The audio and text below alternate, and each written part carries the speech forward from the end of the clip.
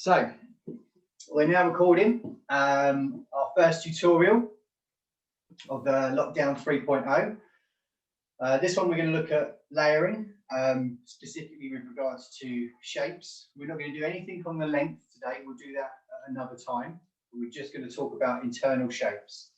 As I've said, if you've got any questions, just put them on the chat bar. If you want to come back to this later on, what we'll do is we'll publish it on YouTube and throw the link out onto the WhatsApp group as well. But before we get started with hair, what we're going to do is we're going to talk about just very briefly in what we've been up to as your tutors through lockdown, just to kind of prove that we're human and life is as boring as that for us as possible. Jo, do you want to go first on that?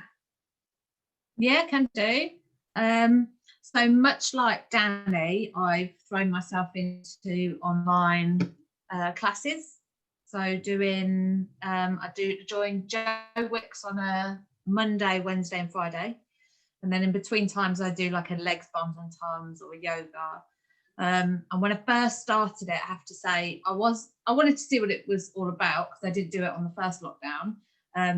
But my whole heart wasn't in it. But actually, as you do it, some mornings I'll wake up and think, no, I really, really don't want to do this today.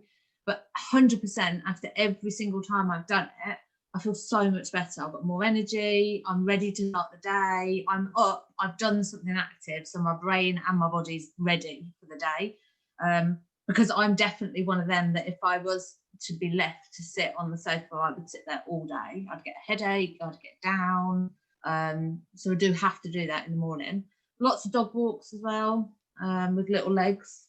More today than on the rainy days. It's a nicer day, but so yeah, I've been doing that really, much like Danny, bless her. Cool. Jill, what have you been up to? Oh, well, I've had my garden done. So I was busy for a week having that all landscaped. I've only been out for one walk, which I think is really shocking, to be fair, because I did feel amazing after going out and doing that. I see, in retrospective to Jo, I've actually been a bit of a sofa hugger, watching loads of Netflix. Yeah, and just doing some bits and bobs around the house. Cool. Well, as for me, not so much running as usual, but we've got two reasons why. I will introduce you to, that's Vinny, and that's Nigel. So they are our 12-week-old puppies that we unfortunately we lost Colin. We lost our big dog just before Christmas, and the house was just completely empty and a bit shit, to be honest. So we decided that initially we got Nigel, and then Vinny came up, and we just thought, well, I'm on lockdown, so I've got time to be in for the dogs. See, I think you got Vinny because you missed me, really, Matt. Do you reckon? I think so. Yeah, because he's a sofa hugger, and he snores. Yes. And he's very cute. Yeah. Whereas Nigel's just, I take him out two walks a day, so he does already at 12 weeks. We're doing sort of 6 miles with him. So yeah, it's been busy for me with the dogs, with my new babies, my boys. So with that said, let's crack on and do some hair. So Jill, over to you. Okay, are we starting with long square? We can start with whatever you want, darling. Yes, I think we'll start with long square. So guys, you know, when you have a consultation with your clients or your models, it's important to understand and communicate what type of movement or lack of movement your model would want in their hair. So layering is there to remove weight because it's above, it's the 90 degree angle, isn't it? Yeah. Yeah. So depending on what layering technique you choose, will ascertain sort of obviously the finished result, whether it can also create movement in curly hair depending on hair type and that analysis. So we're starting with long square because actually that is the most minimal. It could be an introduction to, say, one of your models or your clients that were thinking about having layers but too scared to go for anything too much. So, I mean, the best way I think you could describe it, if you had someone with one length hair, is long square will look like you've almost just taken the sort of corner off, because if you would tip your head over, it would look like you had a big corner on the top, and it's literally just sort of straightening that off. So hopefully you can see those combs. I'm wondering, using my t-shirt as a backdrop, because the picture behind me, if I take that off the wall, I swear to God I'm going to break it and I will be in so much trouble. So that's why I've got a white t-shirt on to use as a backdrop. Okay, the square, you can see everything up and cut as if it was a really, really long flat top. So just watching Matt there, though, guys, what would you think he would need to do in regards to body position and posture? Did you notice the difference in his arms when he was showing it before to now? You'd be surprised. It's a bit like when you're learning to drive, you've got to check your mirrors, look at how you're standing, making sure you're not over directing in any way, that everything's coming up to your desired chosen length, following your guide as you go through. And he's thinking about also how you, like you say, with body positioning, even your feet are important. In fact, your feet are very important, and what they're doing. Are you square? Are you slouching? You wouldn't be, if you were to draw a square on the floor around your client's chair, you should be very much sticking to those 4 points. If you're starting to move around your client, you're going to round it off. So your body position is massively important for you to get your desired result. So Matt, where do we start with? I feel like a stewardess. Oh, exits are here, here, and here. Go on, sorry, messed it up. You are young and pretty, so I did do. What about his elbows? What's his elbows doing? If you wanted to bring that up into a square layer, then his elbow position is actually really important as well. And you can see that if I've got my combs, if my elbows are up, they're touching, but when my elbows go down, you can see the longer comb comes away. And they maintain the square. Would any of you, or do any of you understand, Matt, do that again when you drop your elbows and the combs? What do you see changes in the shape? What do you think could happen? So you're going to round off. So where you've gone from initially doing a minimal layering technique, which long square will give you texture through the length, so the bottom, it's not removing internal weight. So the problem is you're going to end up taking far more off than you would have initially wanted to. especially if you've got somebody with very fine hair, that's going to give you a huge problem. You're just going to start taking away the length. Cool. Yeah. Does that make sense? About sections and partings with this one, guys? Fabulous. Put her straight forward again. Okay. Cool. So, centre profile. Can any of you remember what? Oh, sorry. Just throw that in there. Sorry, I know. Centre profile. Yes. Can anyone remember what weight does? Pop it in the chat if you don't want to say it. Sorry, what does layering do? What's its main reason? Why would we layer hair? You can unmute yourself and say it, put yourself on mute, or you can type it in. Danny and Heather, you know this. I know you know this. Sorry to name drop. So what's the main purpose of layering hair? It's removing something. What's it Someone- removing? Removing weight. There we go. See? It's Cool. So I've got my centre profile. I've done it a little bit wider because of the camera, so you can see it. Okay, but ideally you want it kind of like really no wider than just over a finger's width. Because otherwise what you'll do is you'll create knuckle marks and you'll create over direction if you have too big a section to start off with. Obviously I'm not cutting, I'm just going to be showing you where the hair goes. Okay, Jill, I've got my centre profile. What am I going to do with it? Well, you need to elevate that hair to choose the length that you want to remove.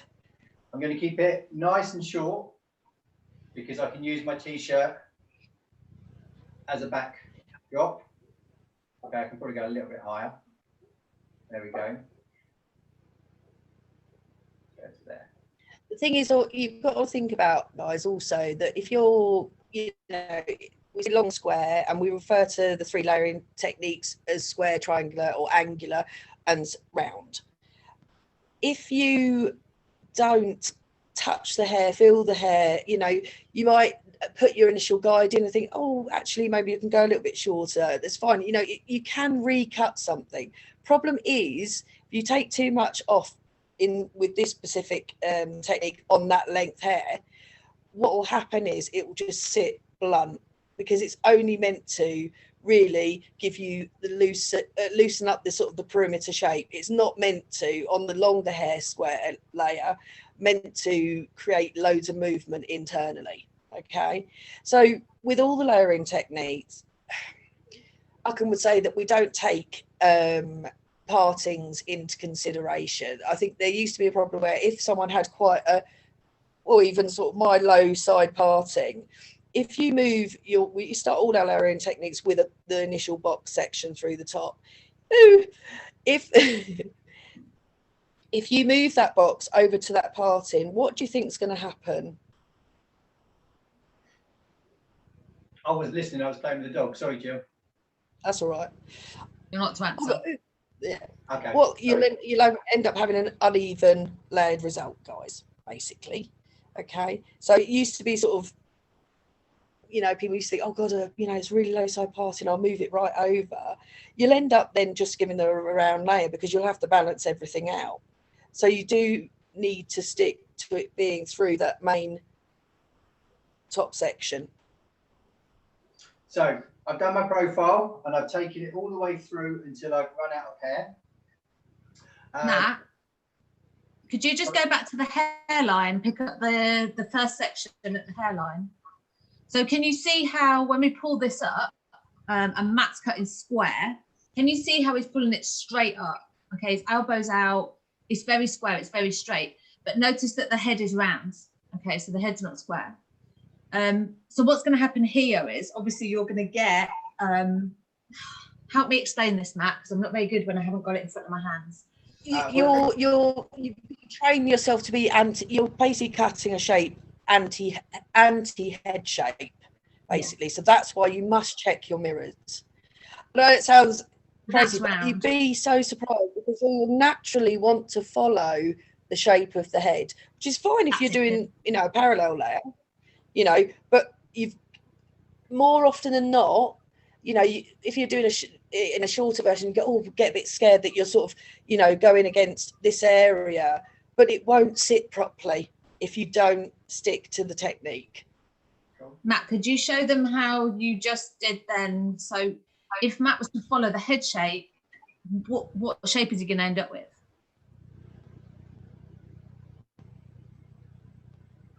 He's going to end up with round. Okay, so that's why it's important that you don't follow the head, like Jill said. You follow your guideline. You put your guideline in a square and you stick to that. Cool. So we've done our centre profile. What next?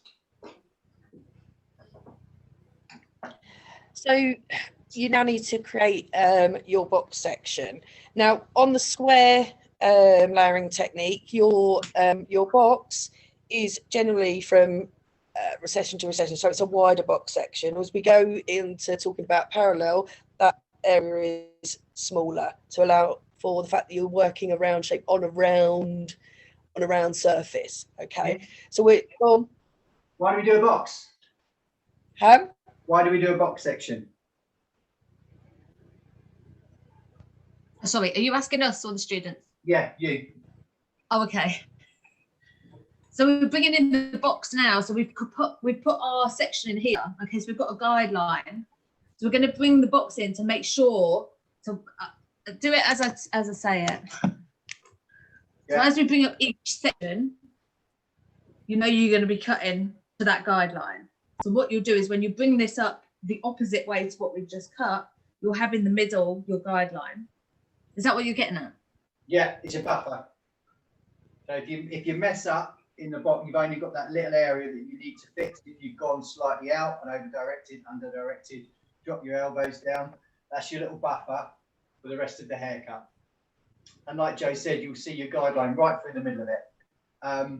One little trick that I do when I'm working on top box is as I'm working each section, as I drop in that down, I just give it a little twist, and therefore I can then pick it back up and I've not got to find my box section every time. So you've literally just got straight across. If your box section is wider than what you can hold, what I would suggest you do, you drop that down and work one side, picking that up, work the other side to stop over direction if you're pulling too much hair into it. Okay, because what you don't want to do is pinch any of this hair from the edge of my box into the middle, okay, or one side, because what will happen is, again, you'll start to get longer because it's over directing, and therefore your square will become more concave. Okay. I think the importance of, you know, analysing the head shape correctly. You know, I've got a massive head. You know, when I used to have a full head of highlights, it used to kill whatever technician was doing it. So, you know, stepping to one side, looking at them, you know, face on, looking at them on a side profile, because everybody's length from forehead to crown is different, you know. So if you're with your box section, really you're going from apex to the front because the crown is then taken in from to the back. If you've gone too long, the problem you'll have is you might then end up taking too much off, and then you're giving yourself a whole new issue with the back as you come through to that. So yes, we say these sections are what you should follow on each time you do it, but you need to adopt and adapt for the size of someone's head or head shape or face shape. Okay, so we're going to say we've worked from apex through to the front to get that squared off. Okay, so we've got that top box done. How do we connect it in?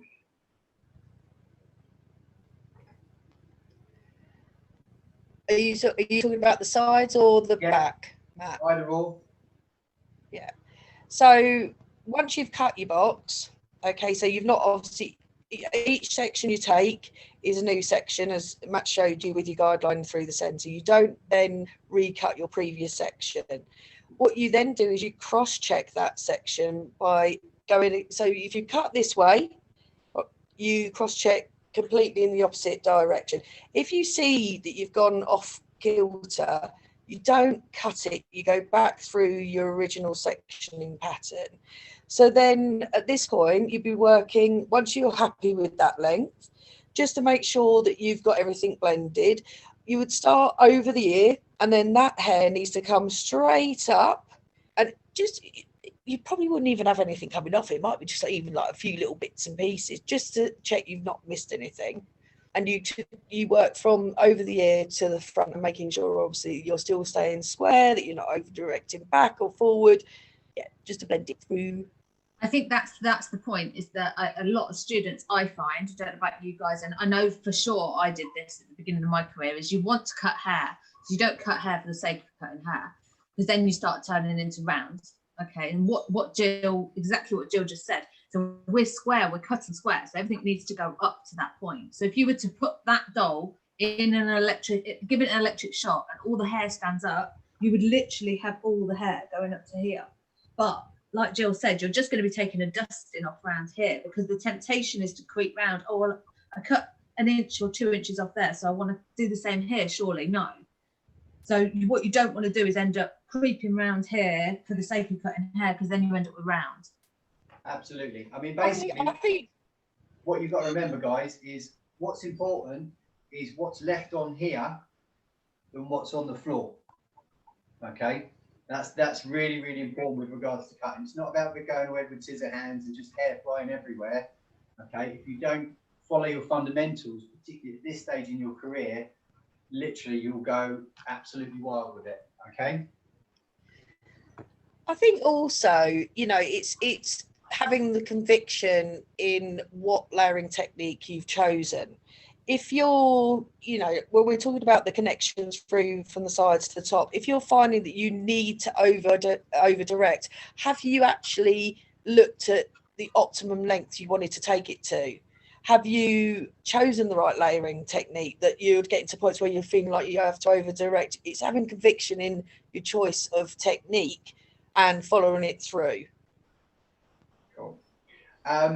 Right, okay. Well, we've waffled on for longer than we thought we were going to. Yes. Jill's fault. What we'll do, we've got 8 minutes left. Do you guys have any questions? I'll throw that open first. Okay.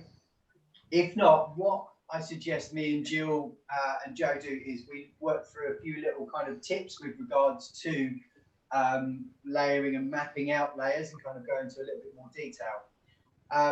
So for example, with the top box, we said about you can split it up. As Jill said, if someone's got a massive head, then you need to adjust the size of your top box. Okay. But also as well, with regards to mapping out those layers to start off with, we all know that the longest hair is the hair just above the ear. Okay, because our hairline goes up, and if we've already cut our baseline, that is the longest hair. So whatever layering technique you plan on doing, okay, if you hold that up to or at the angle that you plan on cutting it, that then gives you a guide of how short you can go with that.